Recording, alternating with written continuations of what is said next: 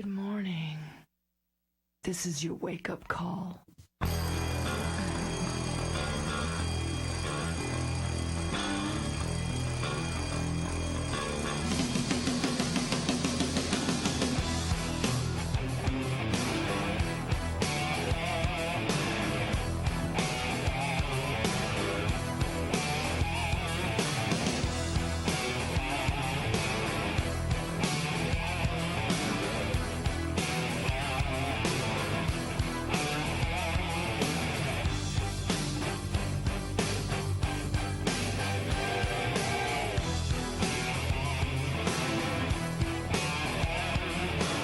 Ladies and gentlemen, Geno in the evening.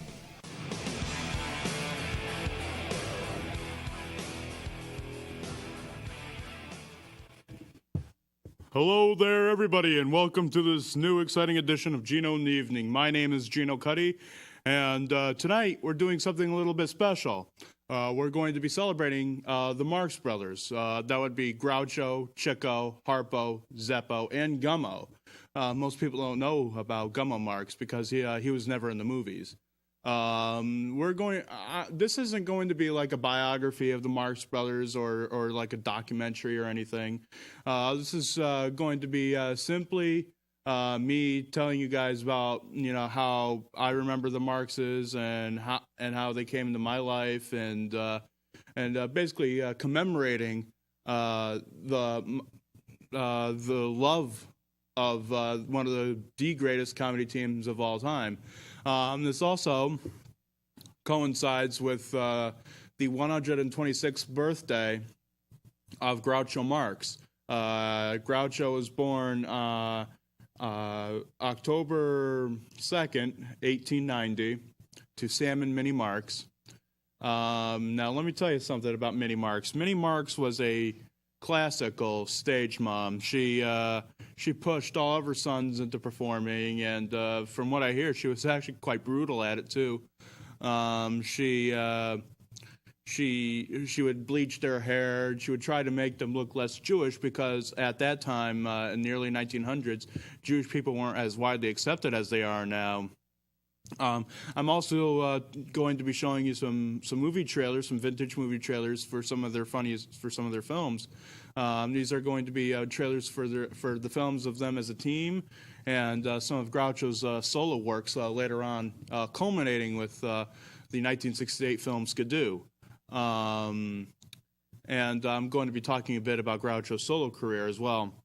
I also have some collectibles back here. I have some books, DVDs, videotapes, and I have a vinyl record, which is just off the screen here.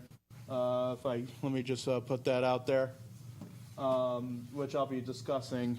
So, ladies and gentlemen, as many of you know, I am 21 years old, and I live right here in Middletown, Connecticut. How did I get interested in the Marx Brothers? Well, when my father died when I was 6, my father, Eugene Cuddy, passed away on April 5th, 2002. I believe he was 57 when he passed. And, of course, I was only 6 years old, so it was quite tragic for me because I never really got to know my father. So after that horrible, tragic event, I was looking for an escape.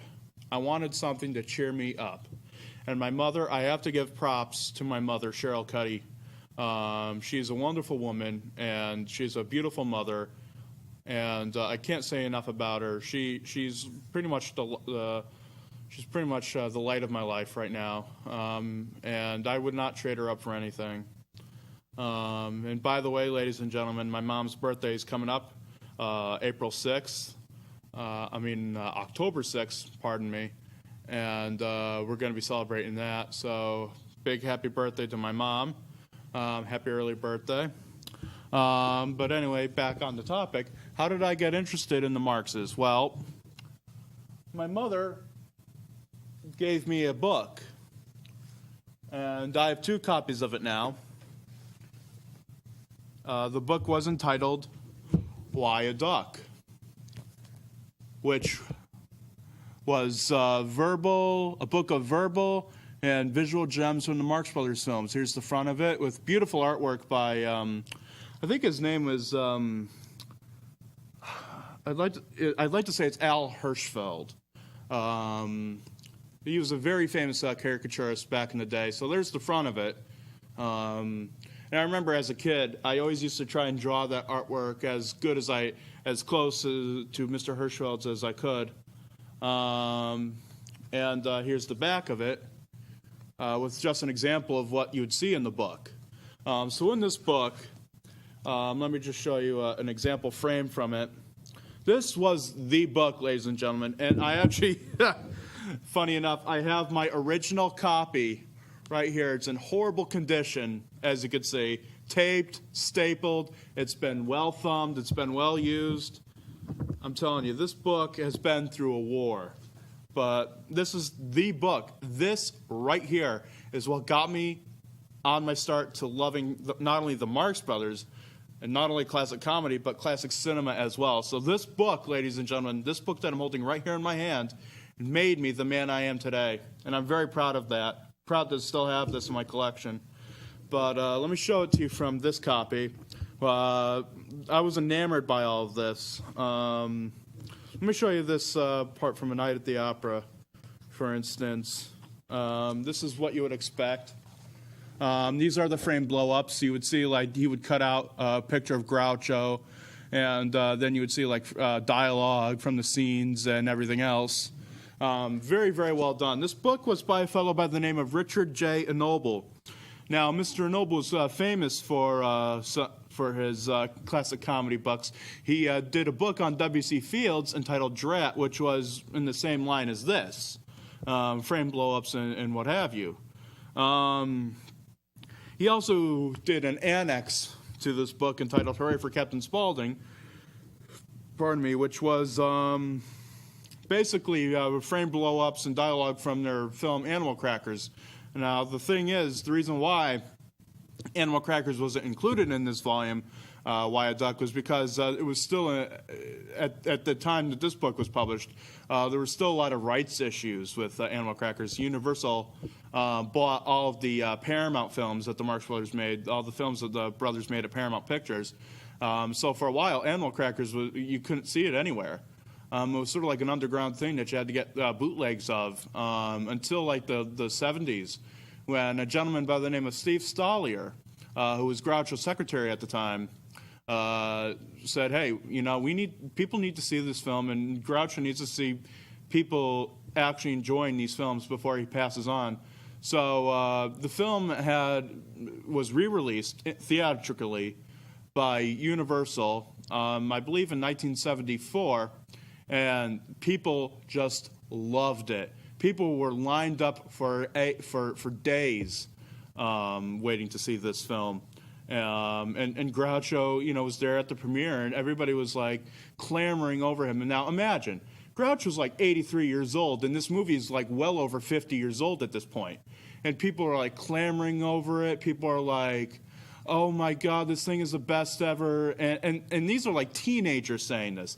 These are like people who weren't even around when the film was originally released back in 1930.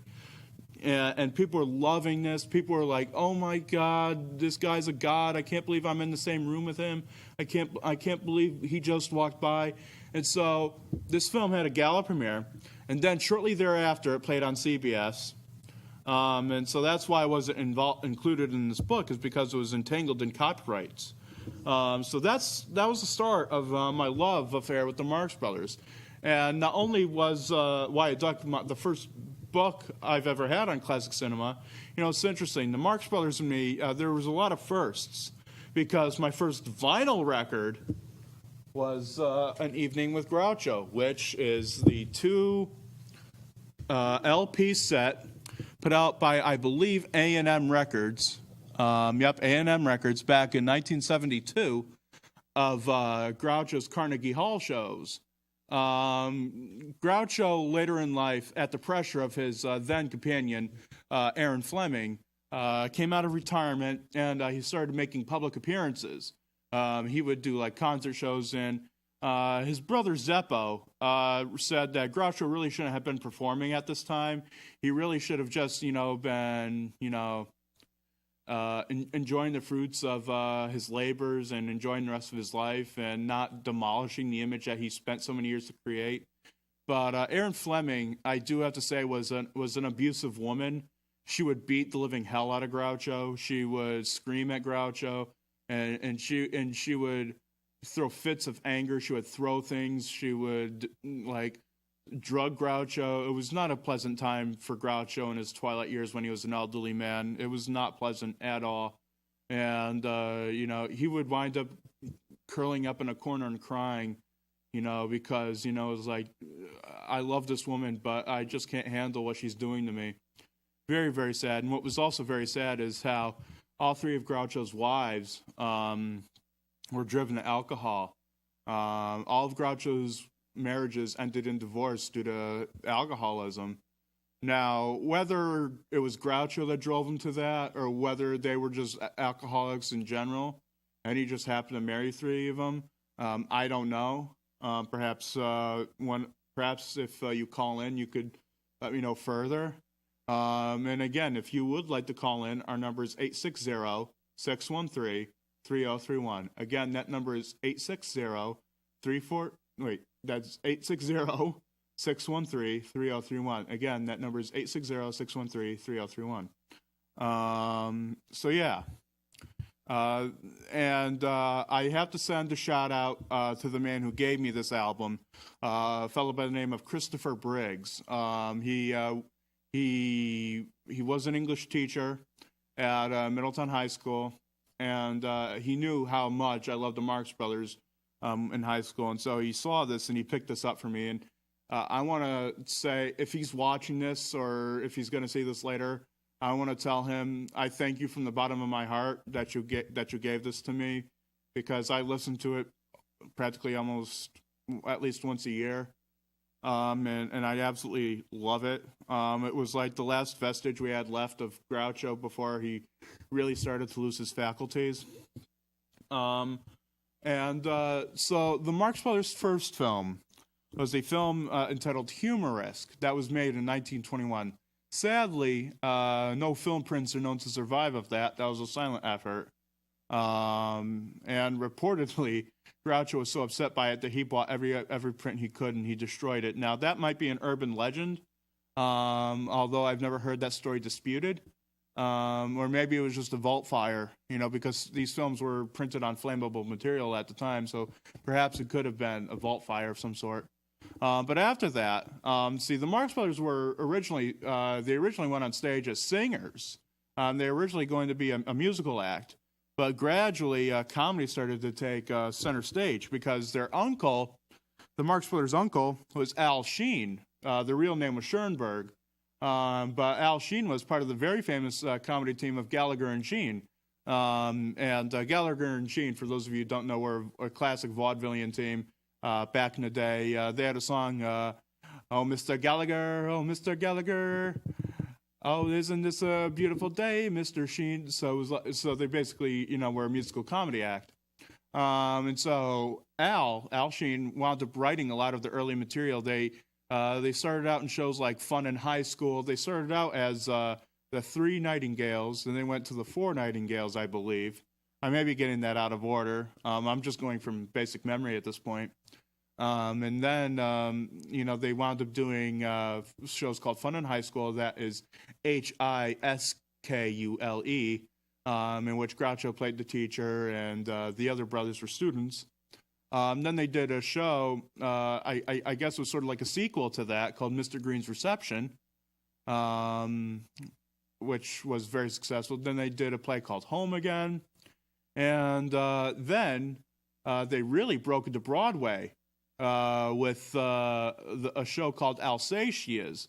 Now, I do have to give a shout out to a fellow by the name of Noah Diamond, who recently undertook kind of a Herculean feat, and he recreated the play on stage, and that was pretty much the first time the play had ever been performed in over 80 years. So big props to him. I hope he brings the show to Connecticut at some point, and hopefully it goes on the road again at some point, because I'd love to see it.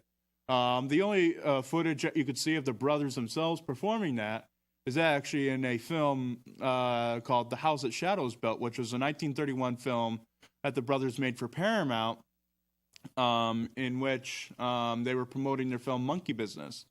Now, their first film for Paramount was actually an adaptation of one of their stage successes, The Coconuts. And we're going to play that trailer for you now. So from 1929, here is The Coconuts. The Coconuts. Check into a hotel full of fun and laughter in this hysterically funny film starring the Marx Brothers. Mr. Hammer, I think I know what's wrong with the hotel. I think I know, too. You're fired. Get your hat and my coat and get out. Hi, gentlemen, customers. How do you do? What are you boys giving me the runaround? You know what an auction is, eh? I come from Italy on the Atlantic auction. Now, I hope I still got my underwear on. The Marx Brothers star in The Coconuts. Animal Crackers is a wonderful, wonderful film. And if you want to know where you could find a lot of these films, they are currently restored on Blu-ray by Universal. They put a lot of effort into it. I myself don't have the Blu-ray because I don't have a Blu-ray player or a Blu-ray equipped television. So now we are going to play for you the vintage 1930 trailer for the four Marx Brothers and Animal Crackers.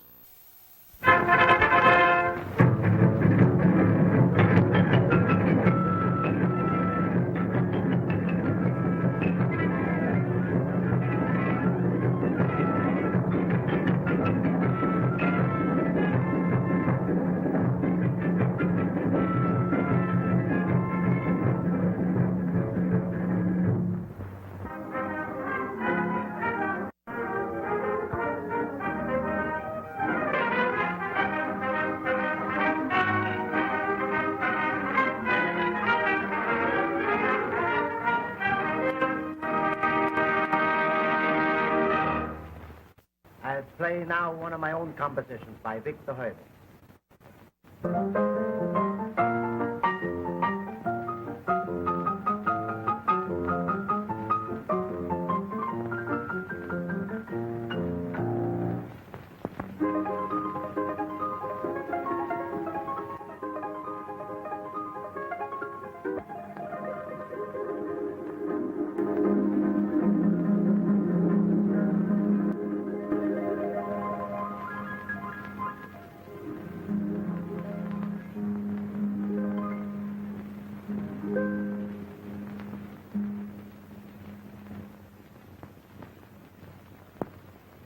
Hi. Take the professor's hat and coat. And send for the fumigator. Oh, my Bonjour, bonjour de la bonne Say, don't you see there are ladies present? What do you think this is? Put that hat down, will you? What do you do with this? Get out of here. Just put it on.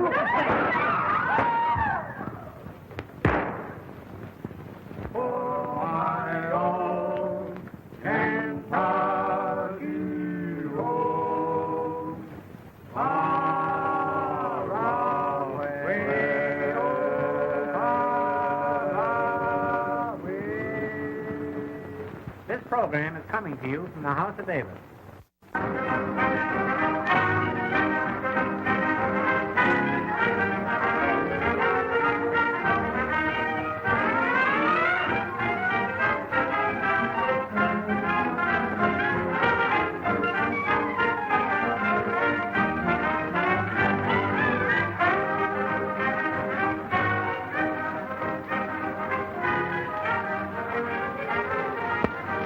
So after they did the Coconuts and Animal Crackers, the brothers went west. They started work on three original films that they weren't on stage originally. And the funny thing about this next one, Monkey Business, was that they, pardon me, they actually did a promo film for it called The House That Shadows Built.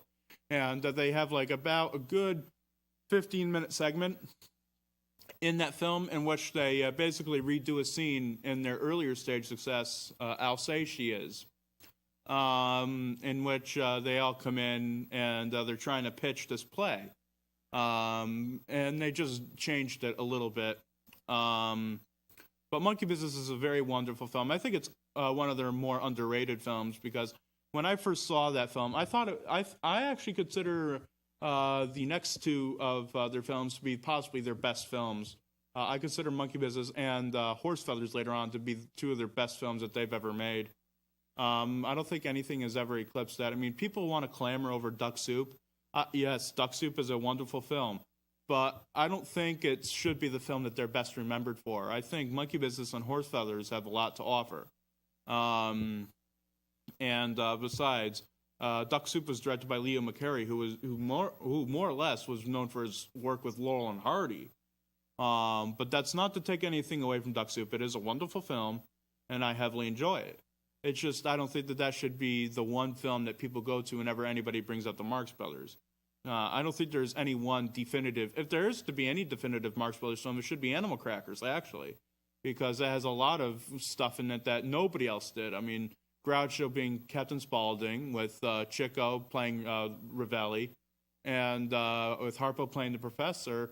I mean, those were all staples of what the Marx Brothers did. And that was all created by basically them on stage originally. But Monkey Business is a really good film, actually. And I love the trailer for this. It's because these guys are so popular that you just assumed that as soon as you see those silhouettes, you already know who it is. And I love the music that they use, too. It's so wacky and weird. So we're going to show you a preview of Monkey Business, and then I'm going to discuss the tragedy of Monkey Business and Horse Feathers, but I'll save that for after we air the trailer, so enjoy.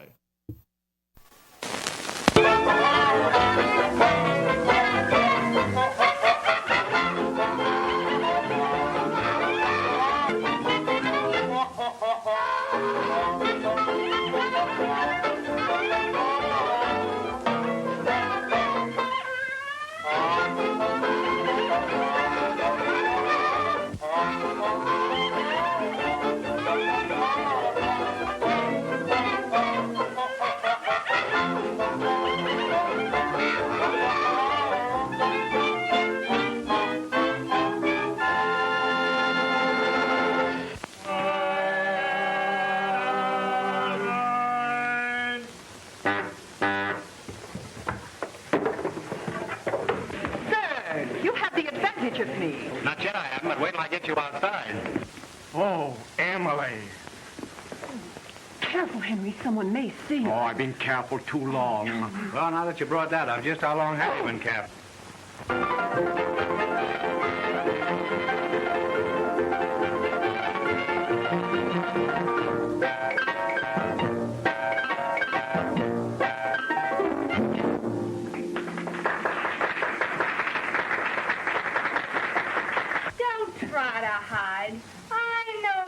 In that closet. Did you see me go in the closet? No. Am I in the closet now? Well, no. Then how do you know I was in the closet? Your Honor, I rest my case right here.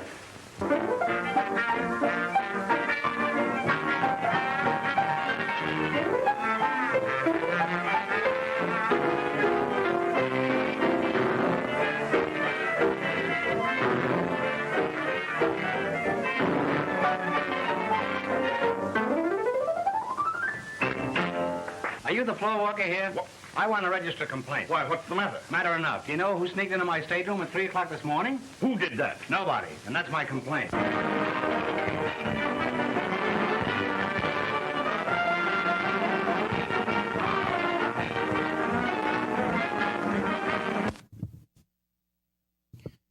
So, okay, let me discuss a little bit about the tragedy which befell Monkey Business. Now, it has nothing really to do with the actual films themselves, more or less with one of their co-stars. Thelma Todd was a wonderful and beautiful, sexy comedian who started her own series of films with Zazu Pitts in the 30s. She was a big star, I believe, at Hal Roach. And she also starred in a couple of films with Burt Wheeler and Robert Woolsey. But she's also best remembered for the films that she made with the Marx Brothers, which are Monkey Business and Horse Feathers. Now, Thelma Todd was the woman at the door who was like, don't try to hide. That was Thelma Todd. Now, I'm going to tell something on the air that might be disturbing to some. The tragedy of Thelma Todd is that, and it does coincide with Monkey Business, there is a line in Monkey Business that Groucho says, and it's kind of eerie and sort of foreboding now when you think about it. He says to Thelma Todd's character, you know, you're a woman who's got nothing but dirty brakes, but we can clean and tighten up your brakes, but you'll have to stay out in the garage all night. Well, the thing is, what happened to her in 1935, she had been involved romantically with some rather unscrupulous con men and I believe some mafia men as well. And the thing is, one of her flames one night locked her up in the garage and turned the car on. And so the next day, Thelma Todd wound up tragically dying of carbon monoxide poisoning. Very, very sad. Her death is still like this mystery today. That, you know, it's I would not be surprised if they made it into a movie. I actually think they did make it into a movie, I believe, back in the 80s. I think it was a TV movie about her life called Hot Toddy, because that's what they called her. They called her Hot Toddy. Hot Toddy Thelma Todd. She was a wonderful talent. It's sad what happened to her, but at least we have these films now to preserve her legacy. So this next film is a college farce, and it has one of Groucho's best songs, Whatever It Is, I'm Against It, which is totally representative of their attitudes in these songs. They're against anything that's, you know, has any sort of that is like, they're against everything that has to do with the high class. They hate pomposity. They hate people of higher power. And they insult people of higher power. They disrespect people of higher power, and that was what their comedy was basically built on. You know, being the underdog, rooting for the underdog, and that's why their comedy still resonates today. Is because they're for us. They're for the average Joe. They're not for people like Donald Trump, for example. They would make fun of people like Donald Trump. And it's worth noting that the Marx Brothers, all of them, were liberal. As well, because they were Jewish. And before I show the trailer for Horse Feathers, I do have a great Groucho story to tell. And I always love telling the story because I believe it happened around the time of Monkey Business. Groucho had, because during the 30s, sadly, Jewish people were not allowed to go anywhere. Just because they were Jewish, they couldn't go anywhere, just because of their ethnicity. So they want, or their nationality rather, excuse me. So they wound up, so Groucho, being a Jewish man, took his daughter one day to a public pool, and a lifeguard came up to him and was like, you're Jewish, aren't you? And he was like, yes. And the lifeguard says, oh, you're not allowed to swim here, sir. I'm going to have to ask you to leave. And then Groucho looks at the guy square in the face and says, oh, okay, well, since my daughter's only half Jewish, can she go on up to her knees? I absolutely adore that story. I love to tell it to people. Whenever people talk about prejudice, that's a perfect story to bring up because that just shows you the kind of guy that Groucho was. He would not take bullshit from anybody, and that's what I loved about him. So anyway, we're going to be showing you the trailer for Horse Feathers. Some of these aren't original theatrical trailers. Some of these are home video trailers that were made later on, because I don't think any original trailers survive of some of these. So here's a home video trailer for their 1932 film Horse Feathers, which is a masterpiece. Enjoy. Horse Feathers, starring the Marx Brothers. Members of the faculty, faculty members, students of Huxley and Huxley students. I guess that covers everything. What this college needs is a good football team. And you can't have a good football team unless you have good football players. My boy, I think you've got something there, and I'll wait outside until you clean it up. I'm looking for 2 football players who always hang around here. We always hang around here, Well, but that's we all don't... I want to know. Now, I want you to sign this agreement. Hey, there's nothing on this paper. That's all right. We'll fill in something later. Dad, you've got the wrong football players. Did my son tell you you had beautiful eyes? Why, yes. Told me that, too. Tells that to everyone he meets. You realize what it means if Huxley loses his game? It means shame, disgrace, humiliation. And besides, you're crazy if you don't play the ace. Hey, bring that back here. I've got to stay here. But there's no reason why you folks shouldn't go out into the lobby till this thing blows over.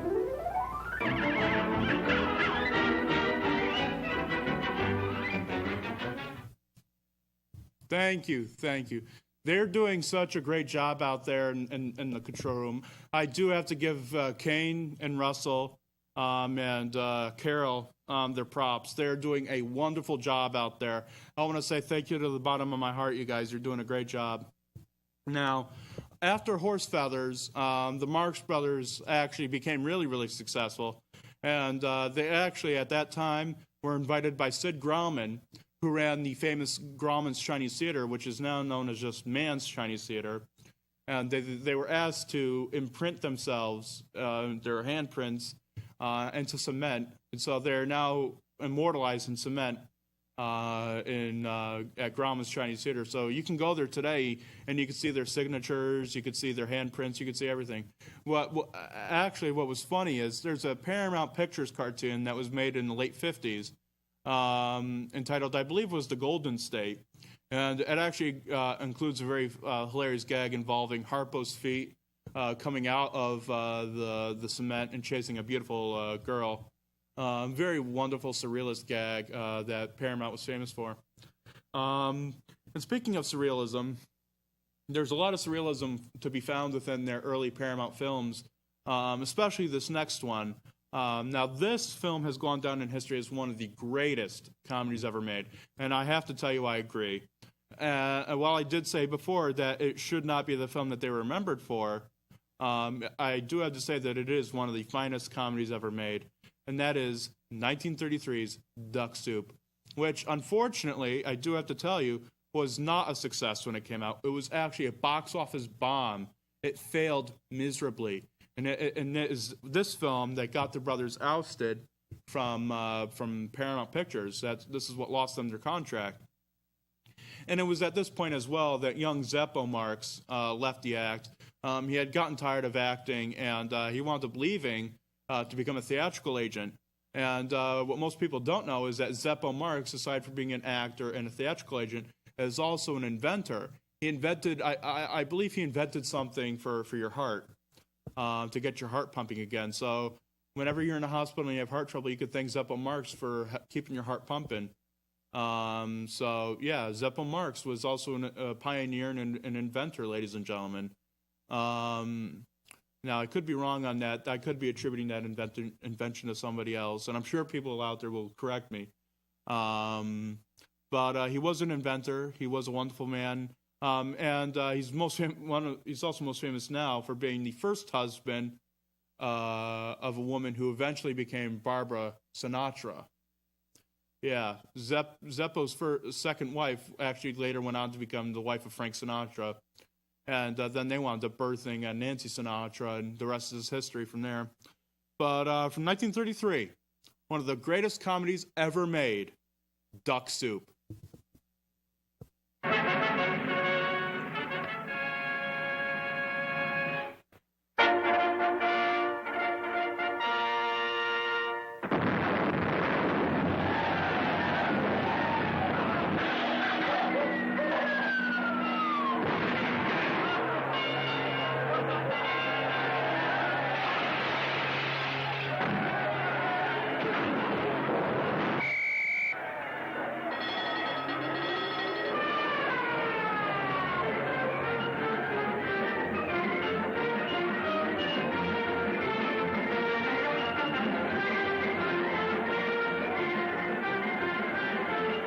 Oh, Your Excellency, I must speak to you. I'll see you at the theater tonight. I'll hold your seat till you get there. After you get there, you're on your own.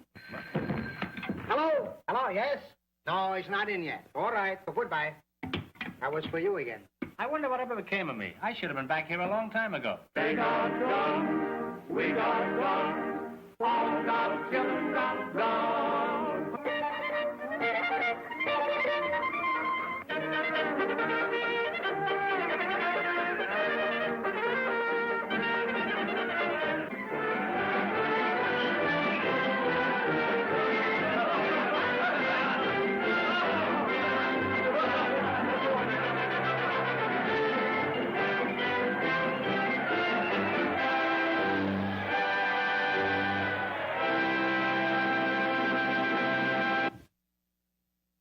Yes, Duck Soup. I have to tell you, ladies and gentlemen, hilarious. One of the best songs ever written was the song in which Groucho is singing about how he's going to change the country and everything. He's like, these are the laws of my administration. No one's allowed to smoke or tell a dirty joke, and whistling is forbidden. One of my favorites of all time, I'm telling you. Now, if you want to call in with your own Marx Brothers memory, feel free to do so. Our number is 860-613-3031. Again, that number is 860-613-3031. Now, unfortunately, after the Duck Soup bombed, the Marx Brothers, their careers almost ended. If it had not been for Chico's horrible gambling addiction, he wound up gambling with this fellow by the name of Irving Thalberg, who was one of the heads of production at Metro-Goldwyn-Mayer, MGM. And this guy was young too. He was like, he was a powerhouse. I'm telling you, he was working on 5 or 6 different movies at one time. I'm telling you, real powerhouse. You don't see too many producers like him nowadays. And so Irving Thalberg wound up saying, hey, you guys may not be at Paramount, but you know what? I was watching your Paramount films, and I think that, if you come over to MGM, we could make your films a lot tighter and a lot faster and a lot better paced, and get butts and seats, which is basically what you're after in Hollywood. And Chico was like, okay, and so he talked to the other brothers about it. Groucho was always resistant about anything. But he was eventually talked into it, and thanks to Chico's horrible gambling addiction, we now have 1935's epic A Night at the Opera. Now, let me tell you about. You may be noticing, a woman who appears in a lot of these films, who plays the matronly dowager, or the woman that Groucho's always insulting. She's a pretty big, overbearing woman. Her name is Margaret Dumont, and she was once considered the 5th Marx brother. Sorry, Zeppo. And she did a wonderful job. Now, legend has it, and Groucho has said this on many occasions, most notably on the Dick Cavett show back in the 60s. He said that the reason why she performed the way she did was because she never got the jokes. Whenever she would watch Harpo and Chico at their wildest, she'd be like, Julie, what are they doing? And then Groucho was like, oh, they're acting, honey. Because Groucho's real name was Julius Henry Marx. The brothers' real names were as follows. Chico, whose real name was Leonard. Harpo's real name was Adolf, and he later changed it to Arthur. Groucho's real name was Julius Henry Marx. Gummo's real name was Milton, and Zeppo's real name was Herbert. The reason why Chico got his name was because he used to chase chickens. Harpo got his name because he loved to play the harp. And Groucho got his name because of his grouchy disposition. And Gummo got his name because he loved to wear gum-soled shoes. And Zeppo got his name because when he was born, the Zeppelins were flying over. So we're going to show you the trailer for one of the finest comedies ever produced. 1935's A Night at the Opera.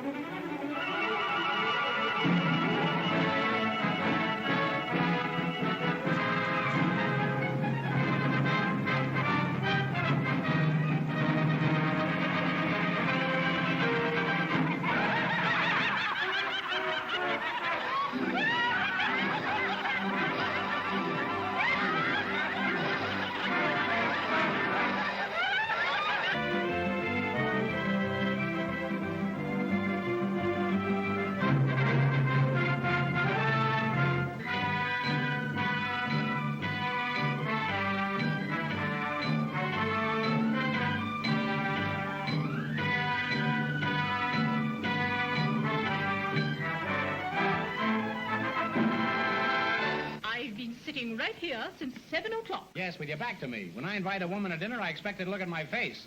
That's the price she has to pay. You check, sir. $9.40? This is an outrage. If I were you, I wouldn't pay it. Stewart? Ah, come right ahead.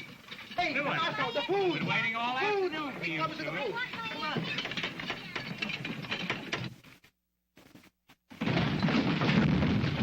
You're fired, do you understand? You're fired. Hey, you big bully, what's the idea of hitting that little bully? Will you kindly let me handle my own affairs? Get out. Now, what do you got to say to me? Just this. Can you sleep on your stomach with such big buttons on your pajamas? Why, you...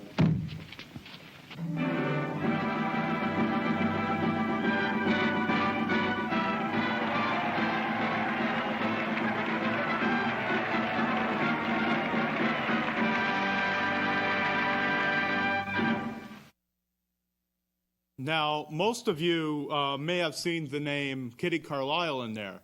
A lot of baby boomers may recognize her as being a panelist on the long-running game show To Tell the Truth. And most of you may recognize Alan Jones. Well, maybe not recognize him, but he is the father of modern-day vocalist Jack Jones. And as you saw, that film is a lot tighter than a lot of their earlier Paramount films. And the reason for that is because with A Night at the Opera and A Day at the Races, they took their films, they took bits and pieces of their films out on the stage and performed them to see how audiences would react. And so they timed each scene by the laughs that they got from the stage performances, which was a very smart thing to do, to perform it on stage first, get audience reaction, then perform it, on film, and be able to have it have that same level that it was on stage. Their next film was 1937's A Day at the Races, and this was to be their last MGM film for a while. Sadly, what happened after A Day at the Races was Irving Thalberg was never a healthy man. He was a genius, but he was never a healthy man. So what wound up happening was he wound up dying in mid-production of A Day at the Races at the age of 37. So play the trailer of A Day at the Races, please.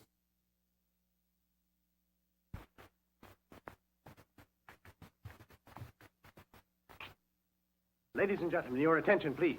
During the next presentation, may I request your absolute silence, for I have a message of great importance for everyone in the audience.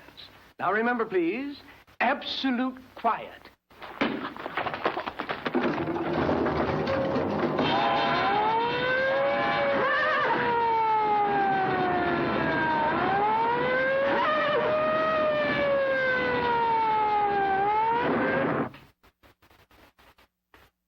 Either he's dead or my watch has stopped.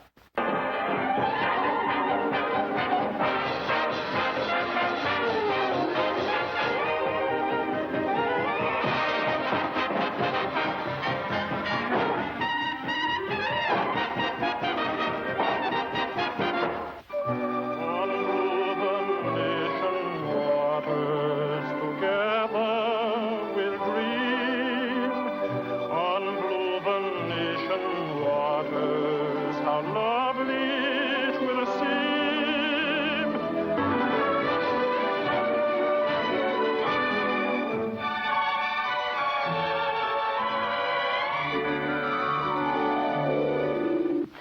Dudley. I have one of your photographs.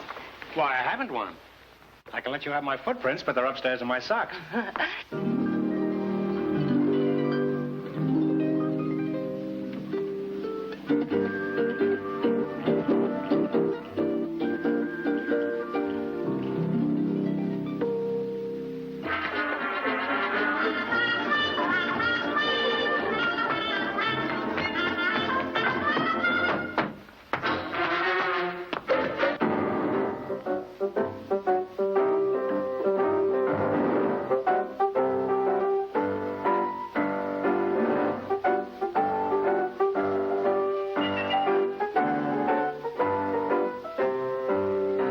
I want to be near you. I want you to hold me. Hold me closer, closer, closer. If I hold you any closer, I'll be in back of you.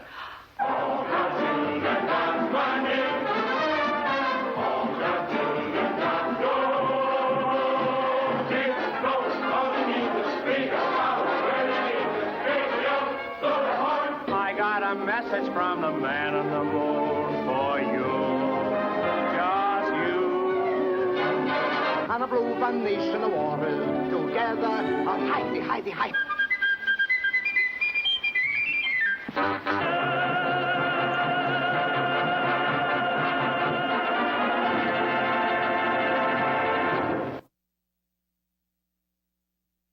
Now, we only have 10 minutes left, so I am going to show you one more trailer. Now, I'm going to sort of breeze through the rest of their careers due to time. They did make They did make a film for RKO entitled Room Service. That film starred also co-starred Lucille Ball in one of her earliest screen appearances. But the trailer I'm going to show for you now is a trailer for the last film Groucho ever starred in, which is 1967. Actually 1968, Skidoo, a dismal affair, but with Groucho in it, it almost makes it bearable. So here we go. It's probably one of the weirdest things you're ever going to see me put on the show, ladies and gentlemen. Here we go, 1968's Skidoo.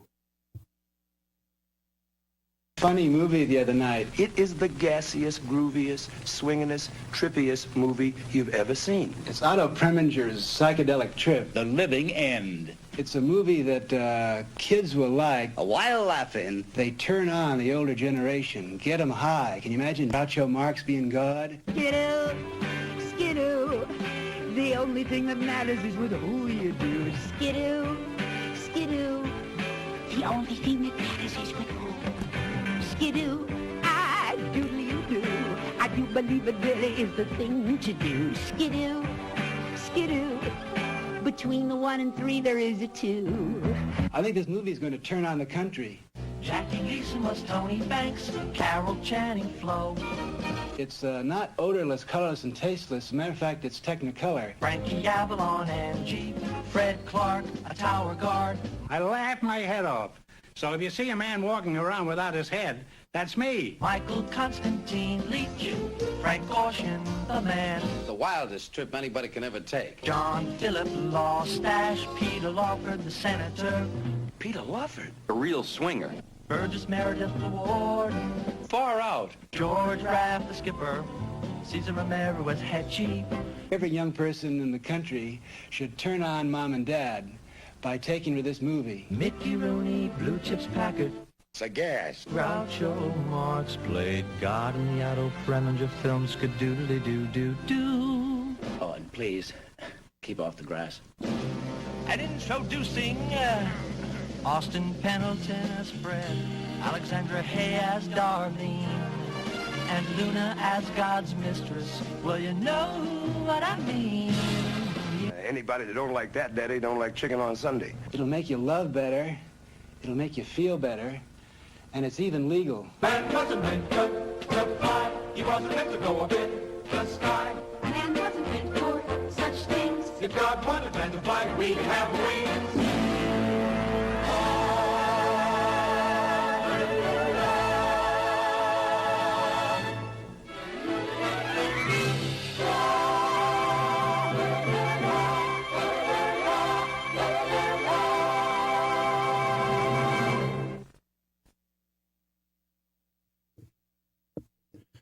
with that, ladies and gentlemen, we end our little trailer show. But before I go, I'd like to quickly recommend a couple of books to you. These were written by a wonderful friend of mine. His name is Matthew Conium. These are both available from McFarland Books. Their website, I believe, is mcfarlandbooks.com. I don't think that they put a website in here, rather sadly. Go to mcfarlandpub.com. That is mcfarlandpub.com. That is mcfarlandpub.com, where you can order these two wonderful books. The annotated Marx Brothers, which actually I am honored to have my name acknowledged in this book. My name is actually listed in this book in the acknowledgments. I am so proud to have my name in a book about the Marx Brothers. These guys I've looked up to since I was a little kid, and now my name is in a book written about them. I feel so honored. Thank you, Matthew. And he also has a new book out called That's Me, Groucho, the solo career of Groucho Marx, that spans his whole career from his earliest stuff to his very last appearance in a rather dismal Bob Hope special entitled Joys, where he's so frail and feeble he can't even walk. Very, very sad. Groucho's career should have went out with a bang. But what are you going to do? You know, when you have a big influence like Aaron Fleming behind you, what else can you do? Well, we have about 2 minutes left, ladies and gentlemen. So I figure, what else can you say but hooray for Captain Spaulding, the African explorer. Hooray for Captain Spaulding. And for those of you who want to know what that is, Groucho later hosted a game show entitled You Bet Your Life that ran for many years on radio and television. By the way, check out my friend Gary Wetstein's channel dedicated to You Bet Your Life. It's called Groucho Marx, You Bet Your Life. Gary has uploaded every single episode of that show in existence. So please go and support Gary and subscribe to his channel because he has some great stuff up there. Wonderful stuff, Gary. Wonderful stuff.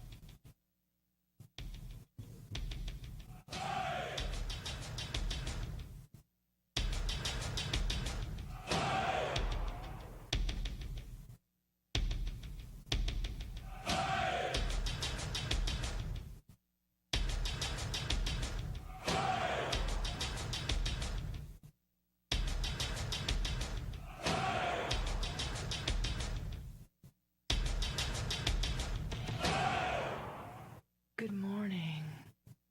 This is your wake-up call.